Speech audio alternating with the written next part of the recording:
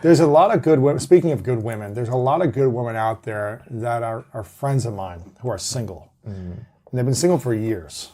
Okay. I'm thinking of a few of them specifically in my mind. So I'm going to speak to these women's archetype because I think there's a lot of women like this out there. They've been single they've been dating, but they haven't been in a committed long-term relationship for a while. Good women. They make their own money, they're independent, they're kind, they're compassionate, they're loving, they've got their own vision, but they're struggling in finding the right guy who will commit. What do you think is missing from those women? Or is this a timing thing? Maybe it's like, hey, you've been trying this for 8-10 years and you haven't found someone. Maybe it's still timing. Maybe they haven't showed up in your life yet. But if they're going on dates, they're doing these things and they still haven't been able to find a partner that feels like a good match, the right match. What's missing from them? Or is nothing missing?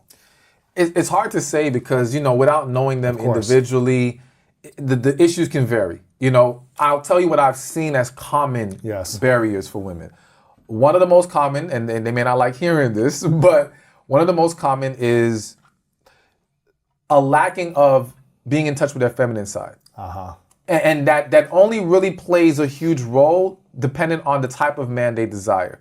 If they desire a very masculine man who has his stuff together, a guy who can be a leader, at least has those qualities, then not being in your feminine is going to work against you.